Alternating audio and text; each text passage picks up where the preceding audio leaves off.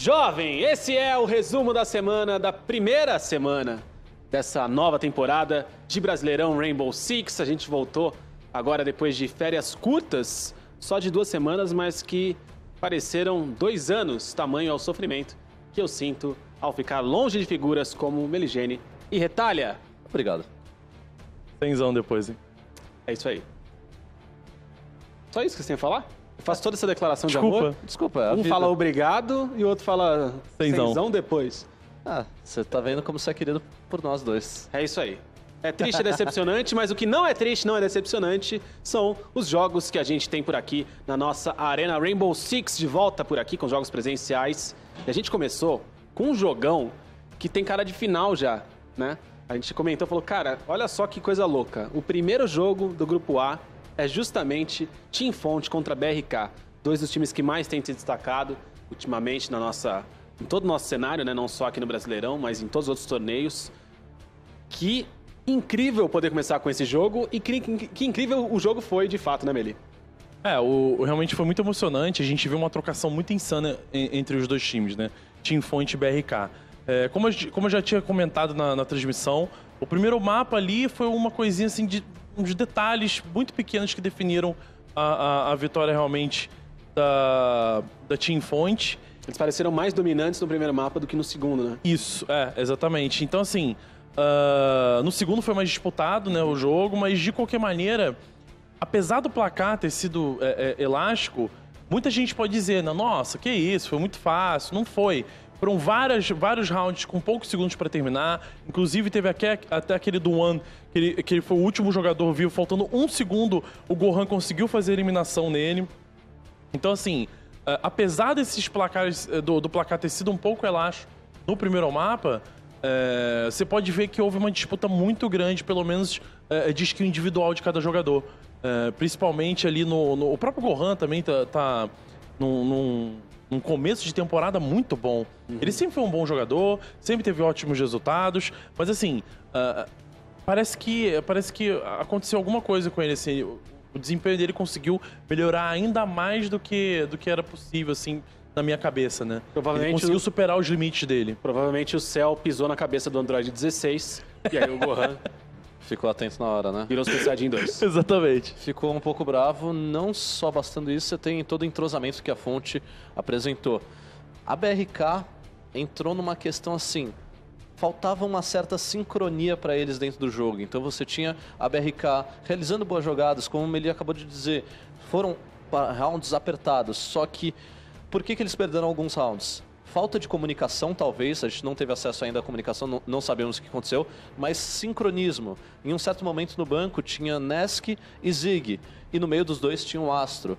Por que os dois não foram ao mesmo tempo? Entrou primeiro um, para depois entrar o outro. Nisso o Astro conseguiu as 2 eliminações. Então, essa sincronia de tá no mesmo tempo o time é que precisa ser consertada para as próximas rodadas, e a gente viu isso acontecendo com o Yuki também. Numa vez com o One jogando a Candela da Eng dentro do bomb site da sala do servidor no banco, e aí o Yuki caiu, ficou cego, e depois em um outro momento a gente teve no chalé. Mesma coisa, jogam a Candela e o Yuki tá onde? Dentro do bomb site, e ele acaba ficando cego. Dá pra dizer que a chegada do Bullet, a volta do Bullet, essa line, ainda deu um passinho pra trás pra galera voltar a se acostumar jogando 5 juntos, cada um nessas funções que complementam a função do Bullet, e que a gente pode esperar que no futuro, em breve, eles vão voltar a ser aquela line da BRK que a gente tá acostumado a ver? Então, a line da BRK com o Bullet era mais agressiva. Então a gente esperava que realmente a BRK fosse voltar àquela agressividade que eles tinham antigamente, com o Yuki avançando bastante com o Bullet, o Nest também. Só que assim, eu acho que ainda esse primeiro jogo, um sentimento que eu tive é de que eles ainda estavam acostumados com um estilo de jogo mais conservador. O próprio Zigueira, na entrevista que ele deu, ele falou que o time agora vai jogar nas posições que que eles já eram acostumados quando o Bullet jogava. Então, assim, não pareceu, na minha opinião, tá? Essa é a opinião pessoal. Não pareceu isso. Pareceu que eles não estavam muito confortáveis ali ao jogar. Então, não sei, eu acho que tá faltando só mais um jogo para eles entrarem em sintonia novamente. Não tá ruim, mais uma vez eu repito, eles jogaram muito bem. O problema realmente foi essa sintonia, como o Retalha falou. Essa questão de ter o timing certo para poder fechar bem as estratégias, que não foram ruins, foram muito boas. Só que no fim das contas, acabou realmente tendo um timing um pouco errado. Entraram no tempo errado. O Retalha comentou sobre o Netic e o Zig, que não conseguiram entrar na área aberta ali para pegar o Astro no mapa banco. Essas coisas que aconteceram realmente é que tá ainda faltando um pouquinho mais de sintonia, sincronismo, mas continua sendo um time forte, continua sendo um time muito bom. A gente viu o Netic se destacando bastante também. Eu adorei ver o One jogando de Ying, tô falando sério mesmo, porque eu acho que até agora foi pouca coisa também para se avaliar, né?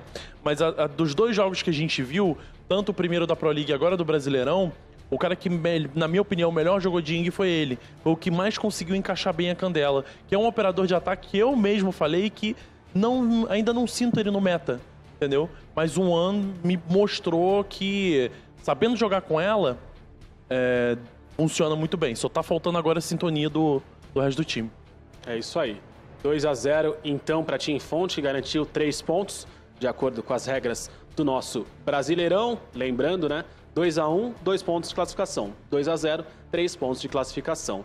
E outro jogo que também terminou por 2-0, também garantiu 3 pontos na classificação para o time vitorioso, foi o segundo jogo desse domingo, que foi Merciless Gaming, fala direito, e Encore.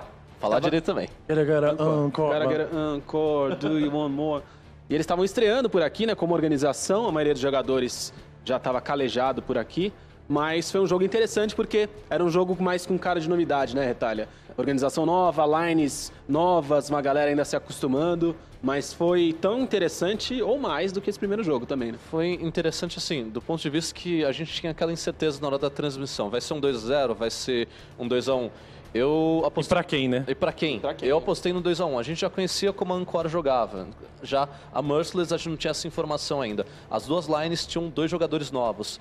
Qual ia se adaptar melhor ao cenário? Com uma nova meta, os mapas continuam os mesmos, mas as escolhas das equipes mudaram bastante desde a primeira temporada do Brasileirão para essa. E aí a gente teve uma Encore totalmente agressiva. Isso a gente já contava também, que eles fossem ser agressivos. É uma line com muita habilidade, então eles têm que aproveitar isso e começar a ditar o ritmo do jogo. Eu conversei depois com jogadores da Merciless e eles não esperavam, talvez, uma Encore feita... Tanta energia, né? Com tanta energia, mas feita mais pro Afterplant.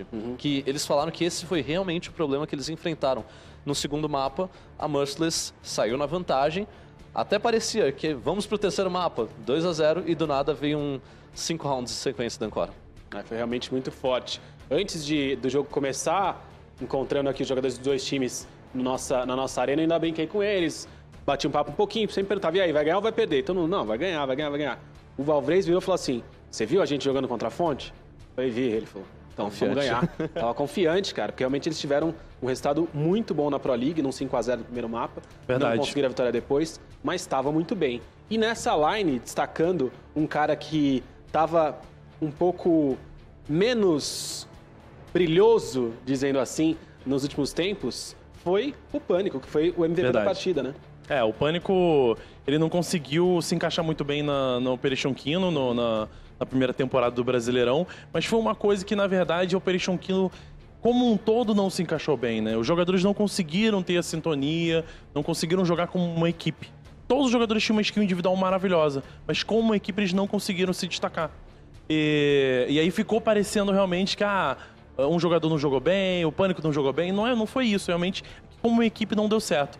Ele entrou numa equipe agora, na Encore, conseguiu se adaptar, tá jogando o jogo que ele sabe jogar, o estilo, a função que ele faz, um suporte avançado. Então, ele já foi entre fragger, então ele sabe muito bem agressivar. E a Encore ganhou na agressividade, realmente. Eles conseguiram ganhar através de uma estratégia extremamente agressiva. Todos os jogadores ali foram o tempo todo avançando para dentro da área de bombe. Em nenhum momento ficou recuado.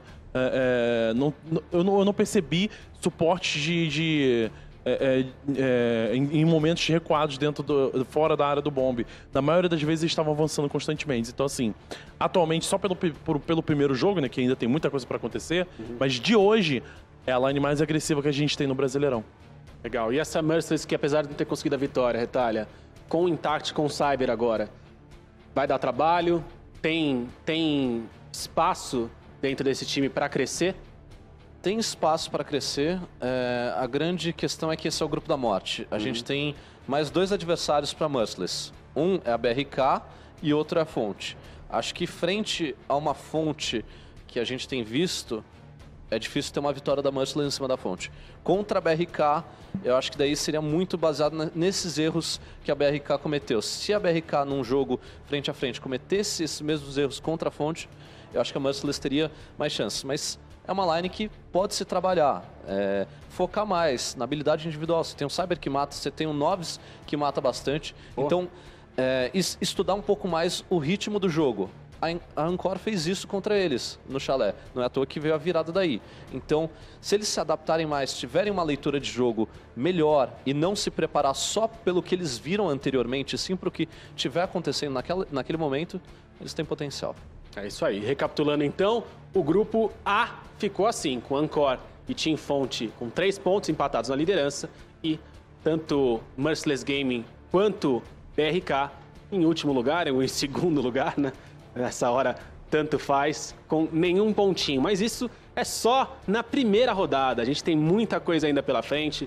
2 rodadas da fase de grupos, depois playoffs, até a gente chegar à finalíssima do nosso Brasileirão, da nossa segunda temporada do Brasileirão Rainbow Six, e a gente conhecer o grande campeão do Brasil. Semana que vem, no domingo, ao vivo, 2 da tarde, a gente volta com a estreia do Grupo B. E durante toda a semana, você sabe, a gente está cheio de conteúdo nos canais da Ubisoft Esportes. A gente se vê até lá.